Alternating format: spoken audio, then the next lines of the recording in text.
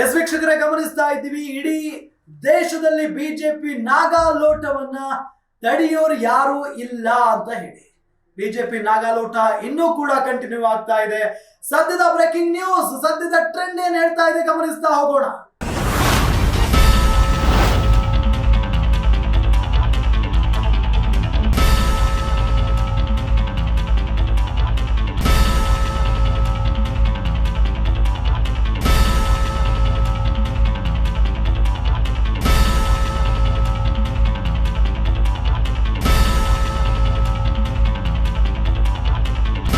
ದೇಶಾದ್ಯಂತ ಮತ್ತೊಮ್ಮೆ Modi team magic ಮಾಡಿದೆ.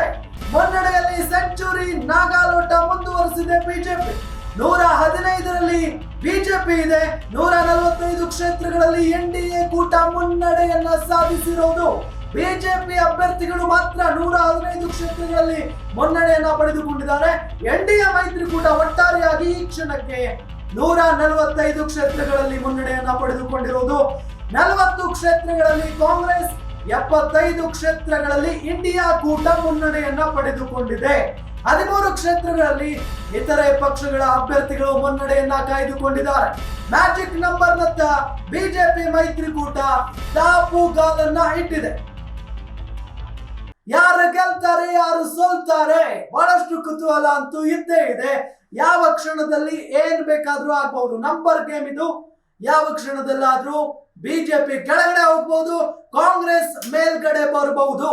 ಆದ್ರೆ ಸದ್ಯದ ಟ್ರೆಂಡ್ ಹೇಳ್ತಾ ಇರೋದು ಬಿಜೆಪಿಯ ನಾಗಾಲೋಟ ಮುಂದುವರೆದಿದೆ ಅಂತ ಹೇಳಿ ದೇಶಾದ್ಯಂತ ಮತ್ತೊಮ್ಮೆ ಮೋದಿ ಟೀಮ್ ಮ್ಯಾಜಿಕ್ ಮಾಡಿದೆ ಅಂತಾನೆ ಹೇಳಬಹುದು. 115ರಲ್ಲಿ ಬಿಜೆಪಿ ಅಭ್ಯರ್ಥಿಗಳು ಮುನ್ನಡೆಯನ್ನ ಕಾಯ್ದುಕೊಂಡಿದ್ದಾರೆ. ಸದ್ಯದ ಟ್ರೆಂಡ್ ಹೇಳೋ ಪ್ರಕಾರ ಇಡೀ ದೇಶಾದ್ಯಂತ 115ರಲ್ಲಿ ಬಿಜೆಪಿಯ ಅಭ್ಯರ್ಥಿಗಳು ಮುನ್ನಡೆಯನ್ನ ಕಾಯ್ದುಕೊಂಡಿದ್ರೆ, ಎನ್ಡಿಎ ಮೈತ್ರಿ ಪಕ್ಷದವರು ಏನಿದಾರಲ್ಲ, ಎನ್ಡಿಎ ಒಟ್ಟಾರೆಯಾಗಿ 145 ಕ್ಷೇತ್ರಗಳಲ್ಲಿ ಮುನ್ನಡೆಯನ್ನ ಪಡೆದುಕೊಂಡಿದೆ. ಅಂದ್ರೆ ಬಿಜೆಪಿಯ ನಾಗಾಲೋಟವನ್ನ, ಪಾರುಪತ್ಯವನ್ನ ತಡೆಯೋರು ಯಾರು ಇಲ್ಲ ಅನ್ನೋದು ಸ್ಪಷ್ಟವಾಗಿ ಗೊತ್ತಾಗ್ತಾ ಇದೆ. ಜೊತೆಗೆ 40 ಕ್ಷೇತ್ರಗಳಲ್ಲಿ ಇದುವರೆಗೂ ಕಾಂಗ್ರೆಸ್ನ ಅಭ್ಯರ್ಥಿಗಳು ಮುನ್ನಡೆಯನ್ನ ಪಡೆದುಕೊಂಡು ಮುನ್ನುಗ್ತಾ ಇದ್ದಾರೆ. ಒಟ್ಟಾರೆಯಾಗಿ ಇಂಡಿಯಾ ಕೂಟ 75 ಕ್ಷೇತ್ರಗಳಲ್ಲಿ ಮುನ್ನಡೆಯನ್ನ ಸಾಧಿಸಿರುವುದು. 13 ಕ್ಷೇತ್ರಗಳಲ್ಲಿ ಇತರೆ ಪಕ್ಷಗಳ ಅಭ್ಯರ್ಥಿಗಳು ಮುನ್ನಡೆಯನ್ನ ಪಡೆದುಕೊಂಡಿದ್ದಾರೆ.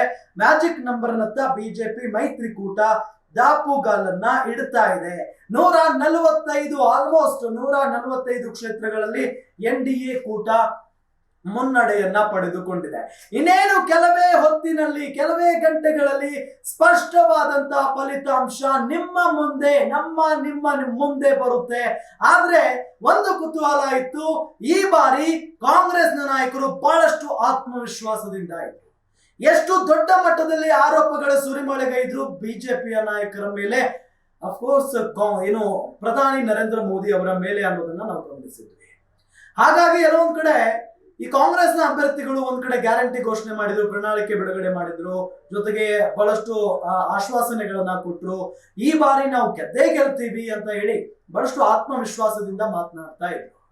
295 ಕ್ಷೇತ್ರಗಳಲ್ಲಿ ಕಾಂಗ್ರೆಸ್ ಗೆಲ್ಲುತ್ತೆ, ಇಂಡಿಯಾ ಮೈತ್ರಿಕೂಟ ಗೆಲ್ಲುತ್ತೆ, ನಾವೇ ಸರ್ಕಾರವನ್ನ ರಚನೆ ಮಾಡ್ತೀವಿ ಅಂತ ಹೇಳಿ ಕಾಂಗ್ರೆಸ್ನ ರಾಷ್ಟ್ರೀಯ ಅಧ್ಯಕ್ಷರು ಕರ್ನಾಟಕದ ಖರ್ಗೆ ಏನಿದಾರಲ್ಲ ಅವರು ಹೇಳ್ತಾ ಇದ್ರು.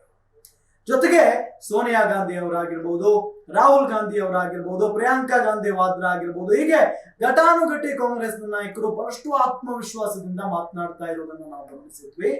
ಆದ್ರೆ ಈ ಟ್ರೆಂಡ್ ನೋಡಿದ್ರೆ ಎಲ್ಲೊಂದ್ ಕಡೆ ಕಾಂಗ್ರೆಸ್ನ ವಿರುದ್ಧವಾಗಿದೆ. ಕಡಿಮೆ ಸ್ಥಾನಗಳನ್ನ ಗೆಲ್ಲಬಹುದು, ಆದ್ರೆ ಕಳೆದ ಬಾರಿಗಿಂತ ಹೆಚ್ಚಿನ ಸ್ಥಾನಗಳನ್ನ ಪಡೆದುಕೊಳ್ಳಬಹುದು. ಆದ್ರೆ ಮ್ಯಾಜಿಕ್ ನಂಬರ್ ತಲುಪೋದು ಅಷ್ಟು ಈಸಿ ಅಲ್ಲ ಅನ್ನೋದು ಸದ್ಯದ ಟ್ರೆಂಡ್ ಹೇಳ್ತಾ ಇರುವಂತದ್ದು. ಆದ್ರೆ ತಲುಪೋದಿಲ್ಲ ಅಂತ ನಾವು ಹೇಳಕ್ಕಾಗಲ್ಲ. ಇನ್ನೂ ಟೈಮ್ ಇದೆ, ಹೇಳಕ್ಕಾಗಲ್ಲ. ಬಿಜೆಪಿ ಕೆಳಗಡೆ ಬಂದ್ರೂ ಬರ್ಬೋದು, ಇಂಡಿಯಾ ಒಕ್ಕೂಟ ಮೇಲ್ಗಡೆ ಹೋದ್ರೂ ಹೋಗ್ಬಹುದು.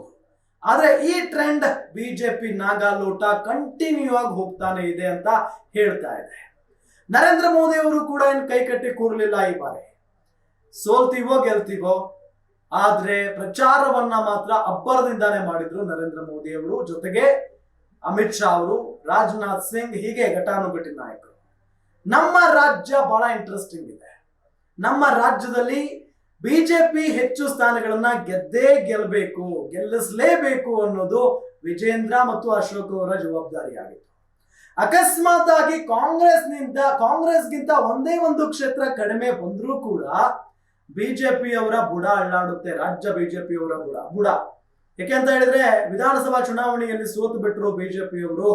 ಅದಾದ ನಂತರ ಬಿಜೆಪಿಯ ಅಧ್ಯಕ್ಷರು ಚೇಂಜ್ ಆದ್ರು, ವಿಪಕ್ಷ ನಾಯಕರು ಕೂಡ ಚೇಂಜ್ ಆಗ್ಬಿಟ್ರು. ಆರ್ ಅಶೋಕ್ ವಿಪಕ್ಷ ನಾಯಕರಾದ್ರು, ಬಿಜೆಪಿ ಅಧ್ಯಕ್ಷರಾಗಿ BY ವಿಜೇಂದ್ರ ಅವರು ಆಯ್ಕೆಯಾಗಿದ್ದಾರೆ. ಹಾಗಾಗಿ ವಿಜೇಂದ್ರ ಅವರಿಗೆ ದೊಡ್ಡ ಚಾಲೆಂಜ್ ಇದು, ಸವಾಲಿದು. ಸ್ವಪಕ್ಷದಲ್ಲೇ ವಿರೋಧಿಗಳಿದ್ದಾರೆ. ಅಕಸ್ಮಾತ್ ಆಗಿ ರಾಜ್ಯದಲ್ಲಿ ಏನಾದ್ರೂ 20ಕ್ಕಿಂತ ಕಡಿಮೆ ಕ್ಷೇತ್ರಗಳನ್ನ ತೆಗೆದುಕೊಂಡ್ರೆ ಬಿಜೆಪಿ, ಅದು ದೊಡ್ಡ ಮಟ್ಟದ ಹಿನ್ನಡೆಯಾಗುತ್ತೆ ಬಿಜೆಪಿಗೆ, ಜೊತೆಗೆ ವಿಜೇಂದ್ರ ಅವರಿಗೆ, ವಿಪಕ್ಷ ನಾಯಕ ಆರ್ ಅಶೋಕ್ ಅವರಿಗೆ. ಹಾಗಾಗಿ ಹೆಚ್ಚಿನ ಸ್ಥಾನಗಳನ್ನ ಗೆಲ್ಲಬೇಕು ಅಂತ ಹೇಳಿ ಬಿಜೆಪಿ ನಾಯಕರು ಬಹಳಷ್ಟು ಪ್ರಯತ್ನವನ್ನ ಪಡ್ತಾ ಇದ್ದಾರೆ. ಜೊತೆಗೆ ಕಾಂಗ್ರೆಸ್ನವರು ಕೈ ಕಟ್ಟಿ ಕುಳಿತಿಲ್ಲ. ಈ ಬಾರಿ ಕಾಂಗ್ರೆಸ್ ಅಂದ್ರೆ ಗ್ಯಾರಂಟಿ ನಮ್ಮನ್ನ ಕೈ ಹಿಡಿದಿದೆ, ಮತದಾರರು ನಮ್ಮನ್ನ ಕೈ ಹಿಡಿದಿದ್ದಾರೆ. ಲೋಕಸಭೆ ಚುನಾವಣೆಯಲ್ಲಿಯೂ ಕೂಡ ಮತದಾರರು ನಮ್ಮ ಕೈ ಬಿಡೋದಿಲ್ಲ ಅನ್ನೋ ಆತ್ಮವಿಶ್ವಾಸದಲ್ಲಿ ಕಾಂಗ್ರೆಸ್ನವರಿದ್ದಾರೆ. ಹಾಗಾಗಿ ಕಾದ್ ನೋಡೋಣ ಏನಾಗುತ್ತೆ, ಇನ್ನೂ ಸಮಯ ಬಾಕಿ ಇದೆ, ಇನ್ನು ಏನಾಗುತ್ತೆ ಅಂತ ಹೇಳಿ ನೋಡ್ತಾ ಹೋಗೋಣ.